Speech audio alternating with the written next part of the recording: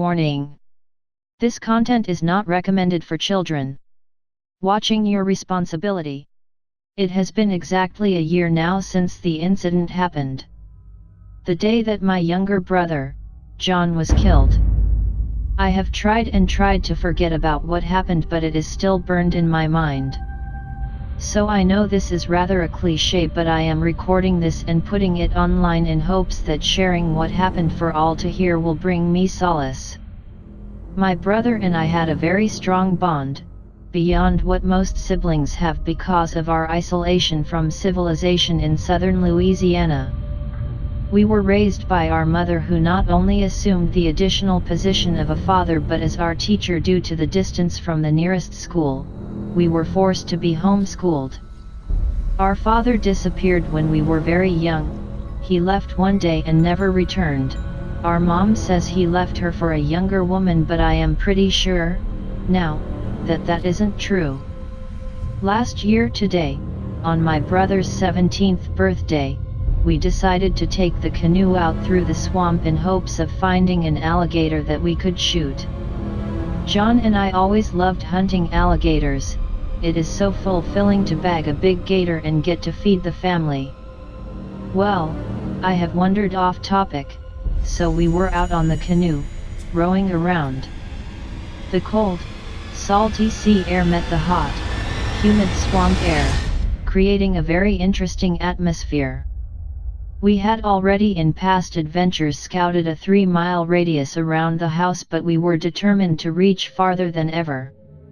Rowing in a canoe isn't the fastest means of transportation, but it works. We had gotten very good at swerving around the protruding stumps, trees, and the occasional rock that poked out of the murky, green water. The sudden rush of water knocked us out of our trance. It was an alligator. The time we had been waiting for was right there. My brother rowed closer as I grabbed my .45 revolver. The alligator wasn't affected by us. It continued to swim north. The sun was setting as my brother gazed out towards the sea. His voice trailed off. I looked to see what he was looking at and almost couldn't believe what I saw. Standing on a small island were two people, who appeared to be blankly staring at us, mouths agape. And in between them was a glowing object that neither of us could make out what it was. "Hey!" I yelled to the two men. Strangely, there was no response. They didn't even move, blink, shift, or anything. "Let's get out of here," I said to John, but he didn't reply. The canoe was drifting, and the only change by the people on the island was their heads gradually turning to keep their blank stares on us. "Hey, let's go," I spoke up. He stared blankly back at the small island.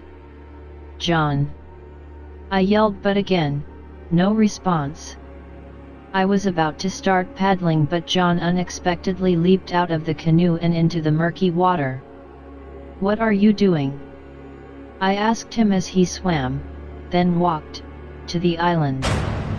Before he was out of the water, however, I noticed something. It appeared to be black hair emerging from the sea, which was followed by the top of a head, then what I was expecting to be a person, but that's where I went wrong. Walking out of the ocean was something I had never seen before. It was tall, probably 7 or 8 feet. It had long black hair. Its black eyes looked foggy due to what was most likely a film over them. They slanted down its face at an angle. Its face was narrow and sharp, like it had been starved. This absolutely terrified me. What are you supposed to do when you see something like that? Anyways, the creature walked up the island and the two people shot one last look at me. This one was different, though I saw tears and absolute fear suppressed by their blank stares. It was like their human instinct were trying to prevail over whatever trance they were in, but that was to no avail. The creature grabbed both the men, one in each arm, and turned around, returning to the ocean. I saw bubbles emerging for a little bit when their heads became submerged. Now I am sure you don't believe me, but I saw what I saw. If someone had told me this story, I wouldn't have believed them either. I yelled to John, "We need to get out of here, now," and his response is still unforgettable. His head slowly turned around as he gave me a blank stare, then turned back and approached the glowing object, which flashed a red color then returned to its white shine. "John!" I cried, but he just stared at me. I fled. I went home and told my mom all about it, but she didn't believe me. She kept telling me to tell her the truth about what happened, but it was and still is the truth. You have to believe me.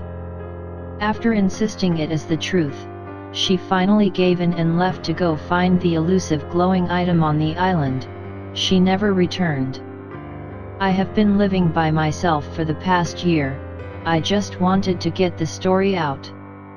I am starting to worry, however. I think the light is getting closer because at night, if I look just at the right angle, through the trees I can see what appears to be a faint light. I am tired of living in fear. I am going to submit this now. Go check out the light, then I'll update this when I know the truth. Goodbye for now.